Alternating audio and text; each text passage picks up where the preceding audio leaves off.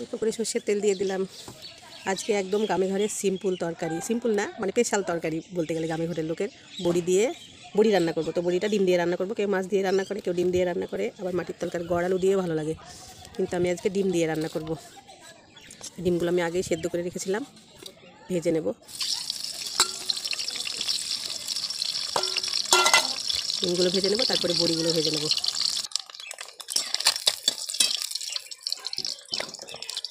লাল লাল করে ভেজে তুলে নিলাম ডিমগুলো আগে।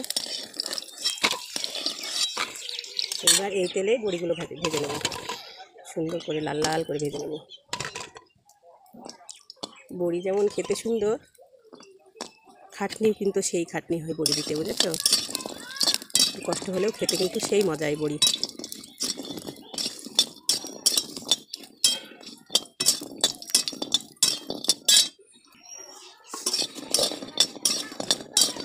লাল লাল হয়ে গেছে, এবার তুলে নেব।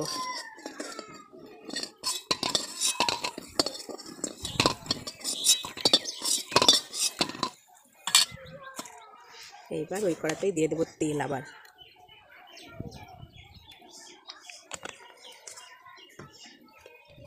দিয়ে দেবো একটা পেঁয়াজ, এই পেঁয়াজ বলছি তোমার তেজপাতা, আর দিয়ে দেবো পেঁয়াজ কুচি।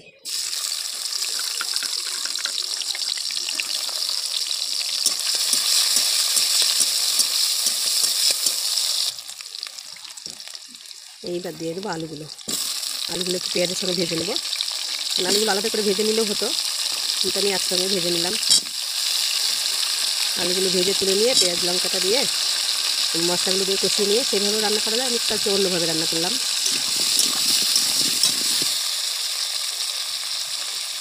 এইদিকে রান্না হচ্ছে,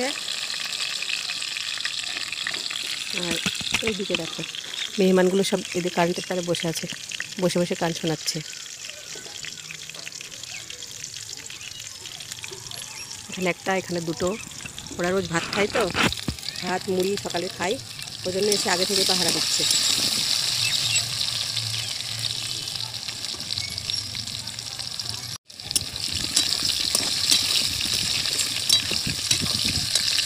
আলুটা ভাজা ভাজা হয়ে গিয়েছে। এইবার দিয়ে দেবো লবণ, স্বাদ মতো লবণ দিয়ে দিলাম একবারে। এখানে আছে তোমার লঙ্কা বাটা, কাঁচা লঙ্কা বাটা, আদা জিরে রসুন আর একটু গরম মশলা দিয়েছি। বাটা মশলা দিয়ে রান্নাটা হবে আজকে। একটুখানি ধনিয়া গুঁড়ো দেবো, অল্প একটু, হলুদ পরিমাণ মতো, ব্যাস। এইবার ভালো করে একটু কষিয়ে নিতে হবে, জল দেবো না, আগে ভালো করে একটু কষিয়ে নেবো আলুর সঙ্গে, মানে মশলাটা একসঙ্গে আলুর সঙ্গে কষানো হয়ে যাবে।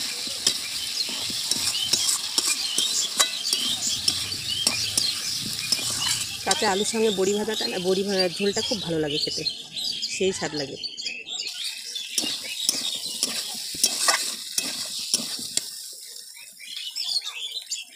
এই মাটি রাখায় রান্না করে না, আর গ্যাসে রান্না করতে ইচ্ছা করে না, খুব ভালো লাগে রান্না করতে, আর রান্নার স্বাদও আলাদা হয়। দিয়ে দিলাম বড়িগুলো, ভাজা বড়িগুলো।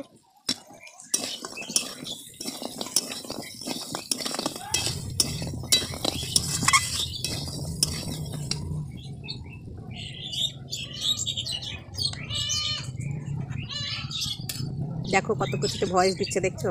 আমার ভয়েস তো শুনছো, পাখির ভয়েস, ছাগলের ভয়েস। এটাই গ্রাম ভাই, সব কিছু শুনতে পাবে, গরুর ডাক, ছাগলের ডাক, পাখির ডাক, সব কিছু।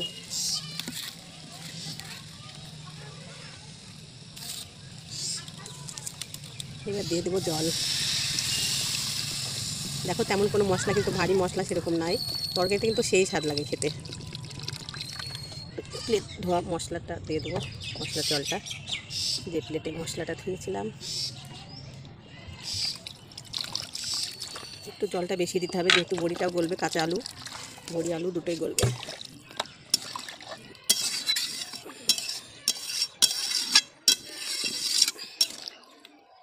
এইবার দিয়ে দেবো ডিমগুলো লাস্টে। এইবার দেবো ঢাকা, ব্যাস এবার হতে থাকুক।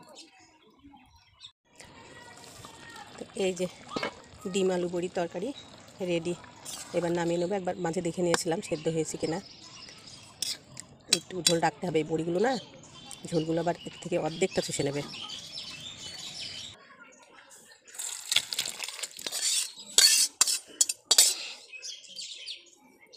হয়ে গেল আমার দারুণ স্বাদের আলু বড়ি ডিমের ঝোল।